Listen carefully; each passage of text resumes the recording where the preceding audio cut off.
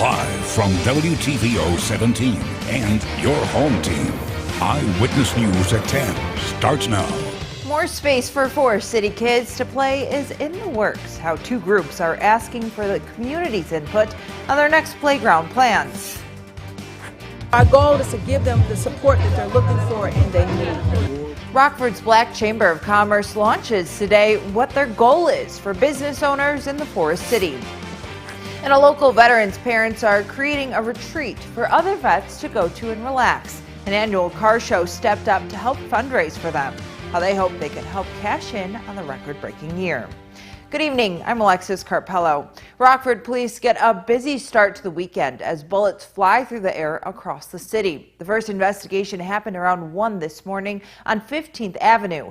Police tell us they were responding to a shots fired call. They found a man suffering from a gunshot wound to the leg. He was taken to a local hospital with non-life-threatening injuries. Investigators shut down the road for hours. No word on any potential suspects. Then around 4:20 this morning, police responded to a drive-by shooting. It happened at the intersection of 7th Street and 16th Avenue. Police say two vehicles were shooting at each other. A residence in the area was struck by gunfire. No one was hurt. Citizens for ChemTool Accountability host a virtual meeting with officials from France. In September of 2019, there was also a Lubrizol warehouse fire in Rouen, France. Activists and local elected officials spoke and answered questions with residents from Rockford. They plan to have another conversation in the future. If you missed it, the full meeting is posted on Facebook. You can find that link in this article at mystateline.com. New plans are in the works for another space for kids to play in the Forest City. Michelle Rave caught up with the groups today on how they're asking for residents' input on the next playground. There is no neighborhood playground. Since there are no schools in the neighborhood anymore, it's sad that the kids have nowhere to go. That will soon change as this location, now owned by the Rockford Park District, will soon become a park for Alpine Ridge residents. The site was formerly known as Thompson Elementary School. I would like to see a modernized playground for the kids in the neighborhood because there isn't really one close by anymore now that the school's gone. Gwen Brechtel has two granddaughters, ages 7 and 4, and says they miss having a neighborhood playground. They always ask, is there ever going to be there a playground again? And I said, I hope so. They're working on it.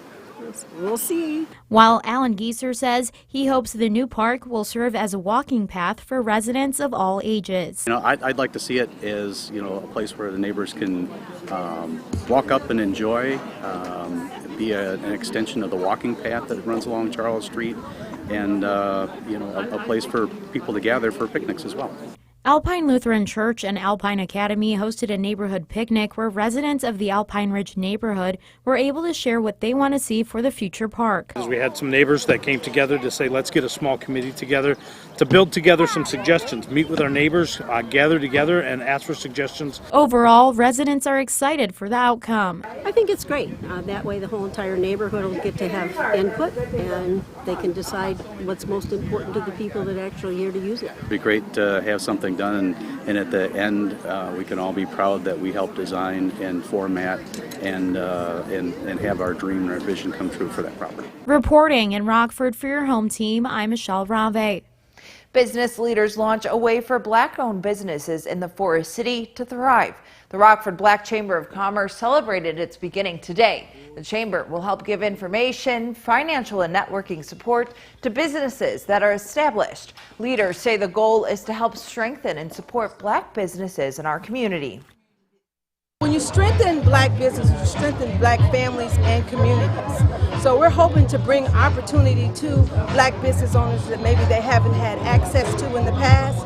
Also try to get some funding to them as well. Brown also tells us they'll have opportunities for young businesses owners with a youth and entrepreneurship program.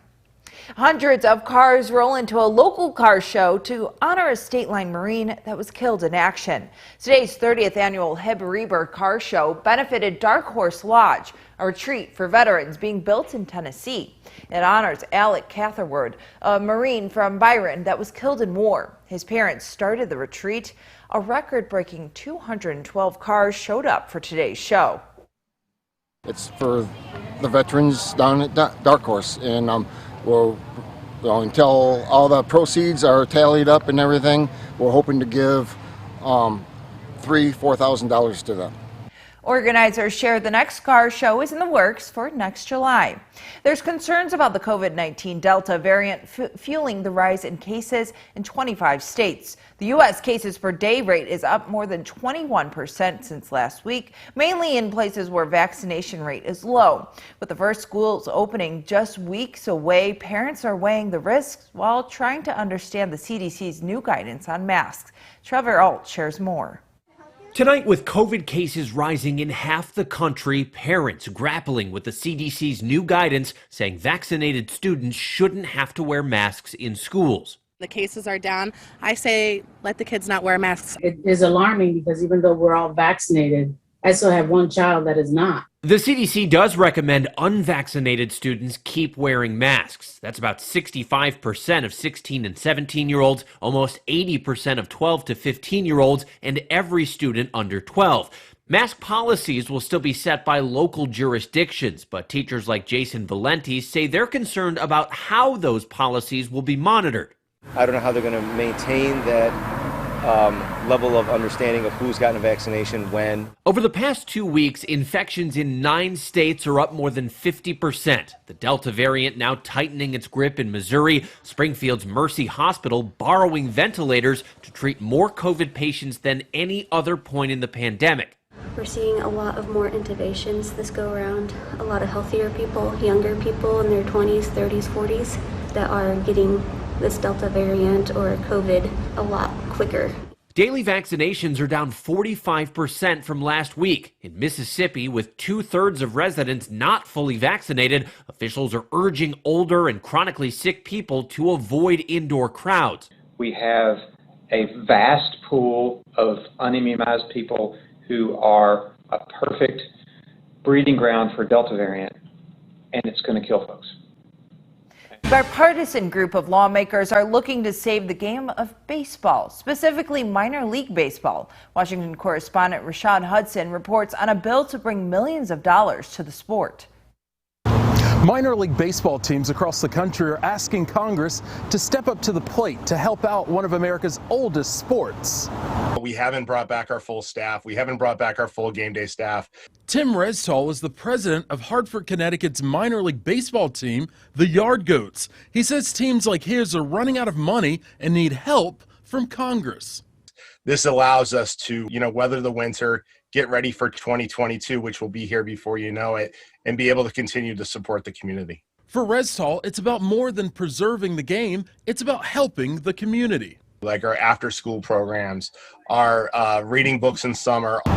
The Minor League Baseball Association says the average team lost about 90% of its revenue by not playing ball during the 2020 season. The people are really ready to come back to the ballpark. They want to be back to normal. Connecticut Senator Richard Blumenthal is among a group of bipartisan lawmakers pushing a bill to provide $550 million in emergency grants to minor league baseball teams. Only teams that aren't owned by an MLB team would be allowed to access the emergency grants. Watching the absolutely excellent baseball being played at the minor league level really ought to give this measure added support. But Ohio Senator Sherrod Brown thinks the money could be used in other places. I want to find a way to help. I don't think this bill is the right way, and we still have work to do on it. In terms of progress of the bill, Blumenthal says he believes it can be fast-tracked through the infrastructure measure. Reporting in Washington, Rashad Hudson, back to you. Now your first warm weather forecast with meteorologist Kevin Dew. Most of the area kicked off our weekend with some light showers, pretty rainy and dreary conditions for most of our Saturday. Now most of that rain has gone, but we are still seeing some scattered showers through a good portion of the state line. most of us are dry. Most of us will remain dry through the rest of the evening as the system is continuing to push off to the east. This storm system centered over central Illinois right now actually brought some strong to even severe thunderstorms to parts of central and southern Illinois earlier on today. We avoided the thunderstorms today, of course, but we do have round 2 of this system that is currently making its way very slowly toward the state line. It's still situated just out to our west. That will bring us more rain chances come tomorrow. Now, most of the state line didn't really see a whole lot of rain today. In fact, most of us saw less than 1/10 of an inch of rain, but look down to our southwest. Neighbors down to our southwest. Sterling, for instance, saw 6/10 of an inch of rainfall. So most of that rainfall really stayed confined to areas down to our south and to our southwest, and we're going to hang on to that pattern now over the next couple of days as we see the rain chances continue to flow in. You can notice how we're still expecting most of the rainfall to fall just down to our south. So looking ahead with our future cast, most of the area should be dry overnight, maybe just a few isolated showers here and there, once again, especially for those down just to our south here, and then more rain will be filling in for tomorrow. A few scattered showers here and there, and then maybe some widespread showers for areas south of US 20 and I-90. Should see a decent break from the rain tomorrow evening and through most of the overnight before more rain is going to be moving in Monday morning. Just a few isolated showers now part of this new storm system that's going to be moving on through. Going to bring us a few isolated pop-up showers and maybe 1 or 2 embedded thunderstorms as well to kick off the work week on Monday. Now, even though it seems like looking at radar and at a surface map that it's just storm system after storm system, this is really all tied to one much bigger storm system way up in our jet stream, this upper level low pressure system that is this sort of C shape or this sort of dip in the jet stream that you see just out to our west. Now, this storm system, this disturbance here is actually not going to move a whole lot over the next couple of days, but it is going to stay so it's going to stay pretty stationary over the Midwest, but it is going to strengthen quite a bit over the next couple of days. Notice now, looking ahead to tomorrow, how it's a lot more defined in shape and then completely closes off heading on into Monday. That means the storm system is strengthening, and that's going to increase the rain coverage tied to these storm systems and also increase the chances for a few thunderstorms, including for us here in the state line. But being on the northern flank of the storm system, we should be completely clear of the strong to severe thunderstorm throughout. And then even heading on into Monday as the storm system continues to strengthen. At this point, most of the widespread rain should be situated out to our east, and as we saw, we're just going to be stuck with a few pop-up isolated showers here and there. Then looking on into the middle of next week, we have another disturbance taking shape. This little bend, this little dip right here in the jet stream, right as these winds start to pick up just out to our west. That's going to be enough to throw down another system of low pressure down here at the surface, drag a pretty potent cold front over the state line, and bring us another good chance for some rain and maybe a couple of thunderstorms later next week, particularly on Thursday. Here's a live look over the Rock River in downtown Rockford using our Mercy Health Sky Track. Just seeing some light rain right now here in Rockford, and of course cloudy skies overhead. That's the story for much of us across the state line. Temperatures today did make it into the 70s. That was before the rain arrived and started to cool things off quite a bit. 77 was achieved very briefly today in Rockford. Much of the area also saw lower and middle 70s, and now we're down on the 60s. 68 currently in Rockford, 64 in DeKalb,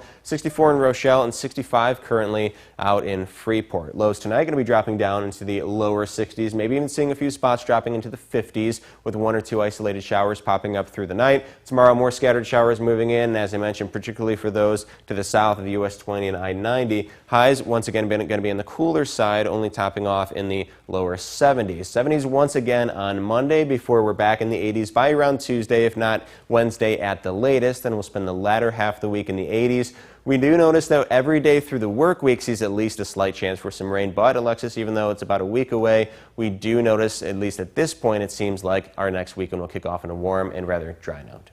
Now, the Napleton Sports Desk with Sports Director Scott Lepler. Aside from their injury issues, the White Sox couldn't have asked for a much better first half of the season before the All-Star break. Today in Baltimore, they continue to add to their win total and their hold on first place. Not a bad day for Brian Goodwin. He batted cleanup and looked the part. He hit this solo home run in the first inning into the seats in right center. In the 5th inning, he's going to rip one to right to drive in another run. And then in the 7th, he gets yet another RBI single, as Goodwin had 4 hits in all and 3 RBIs. Lucas Giolito started and struck out 9. Liam Hendricks finished up with a punch-out for his 23rd save.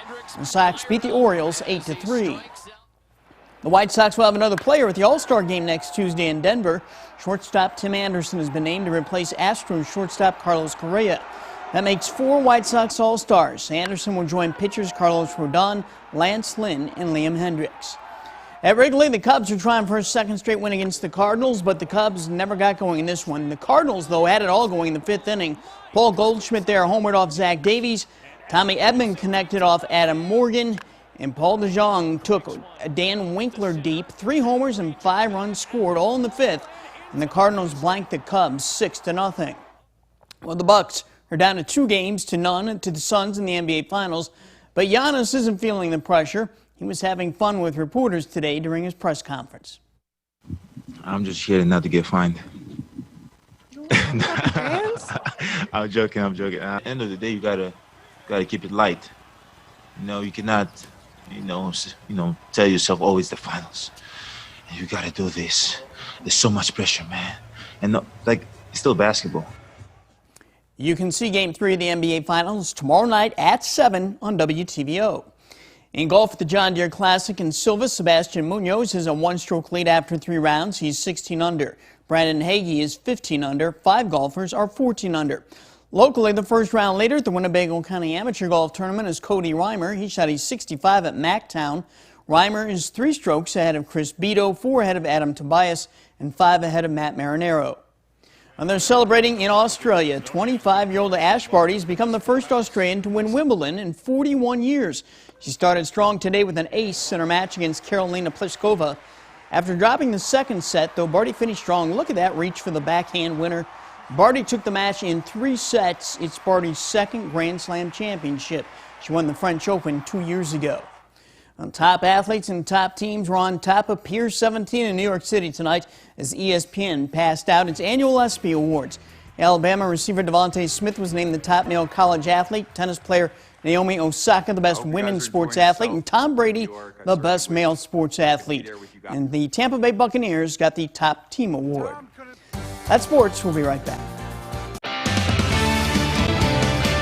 Kevin's back for the last time at the desk to talk about the state line forecast. Yeah, we got some rain moving through the area. Going to see a few more showers move through. Here's a look at our first one interactive radar, sponsored by Rockford Auto Glass and More. A few more showers moving through the overnight. We got some showers in the forecast for tomorrow as well, with highs in the 70s. And as Alexis mentioned, I have some news. This is my last show on Eyewitness News. I'm accepting a new position elsewhere. Just want to say thank you, Rockford, for welcoming me into your homes. We're going to miss you so much, but thanks for making us your home team, and have a great night.